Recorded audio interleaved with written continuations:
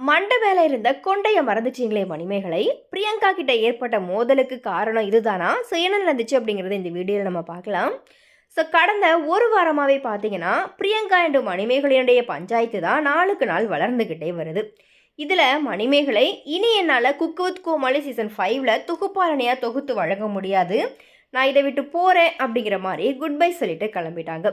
இதை தொடர்ந்து மணிமேகலை விலகிட்டாங்களா அப்படிங்கிற மாதிரி கேட்ட கேள்விக்கு பதிலளிக்கிற விதமாக மணிமேகலை பார்த்தீங்கன்னா அவங்களுடைய யூடியூப் சேனலில் தெளிவான ஒரு வீடியோ ஒன்று ஷேர் பண்ணியிருந்தாங்க. அதில் பிரியங்கா ஒருமை வார்த்தையில் பேசின சுய கௌரவத்துக்கு பங்கம் விளைவிக்கிற விதமாக இருந்ததுனால தன்மானமா வருமானமா அப்படிங்கிற மாதிரி யோசிச்சு பார்த்தேன். அதில் என்னுடைய தன்மானம் தான் எனக்கு பெருசாக பட்டுச்சு, அதனால் நான் அதிலிருந்து விலகிட்டேன் அப்படிங்கிற மாதிரி அவங்க பதில் கொடுத்துருந்தாங்க. இதை தொடர்ந்து ஒவ்வொருத்தவங்களுமே மணிமேகலைக்கு சப்போர்ட்டிவாக பல கருத்துக்களை முன் வச்சுருந்தாங்க. அந்த வகையில் பிரியங்கா ஏற்கனவே பிக் பாஸ் நிகழ்ச்சியில் இப்படி தான் ஓவராக அதிகாரம் பண்ணி ஆட்டம் போட்டாங்க.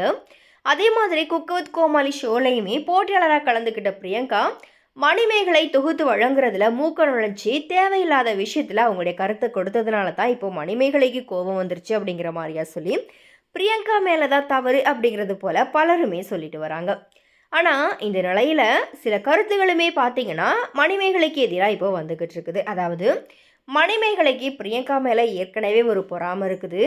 தனக்கு அப்புறமா வந்த பிரியங்கா இப்போ விஜய் டிவியினுடைய முக்கிய ஆளாக வளர்ந்துட்டாங்க.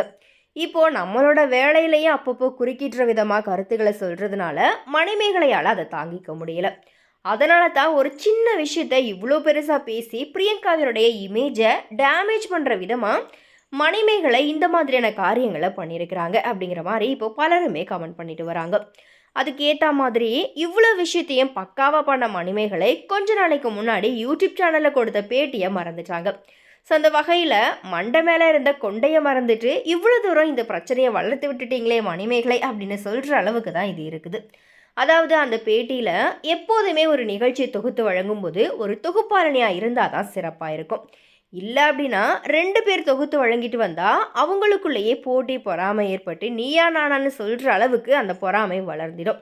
அதுலேயும் அங்கே 2 பெண் தொகுப்பாளினிகள் இருக்கிறாங்க அப்படின்னா பொறாமைக்கு பஞ்சமே இருக்காது.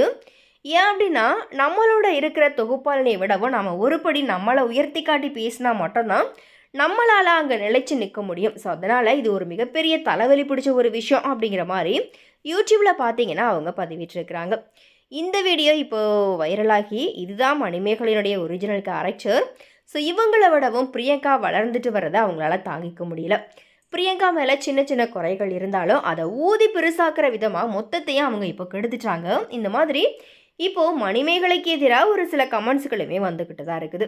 கடைசியில் பிரியங்கா மேலே இருக்கிற பொறாமையில் தான் மணிமேகலை இந்த மாதிரியாக பிரியங்கா மேலே ஒரு பழியை போட்டு ட்ராமா பண்ணுறாங்க அப்படிங்கிற மாதிரியாகவும் இப்போ பார்த்தீங்கன்னா மணிமேகலைக்கு எதிராக நிறைய நெகட்டிவான கருத்துக்கள் வந்துட்டு இணையத்தில் வலம் வருது. ஸோ எனிவே பிரியங்கா அண்ட் மணிமேகலையுடைய விவகாரம் கண்டிப்பாக அவங்க எல்லாருக்குமே தெரிஞ்சிருக்கும். ஸோ இவங்க 2 பேரில் யார் மேலே தவறு இருக்கும் அப்படிங்கிற மாதிரி நீங்கள் நினைக்கிறீங்களா? ஸோ உங்களுடைய கருத்துக்களை மறக்காம கமெண்ட்டில் ஷேர் பண்ணுங்கள்.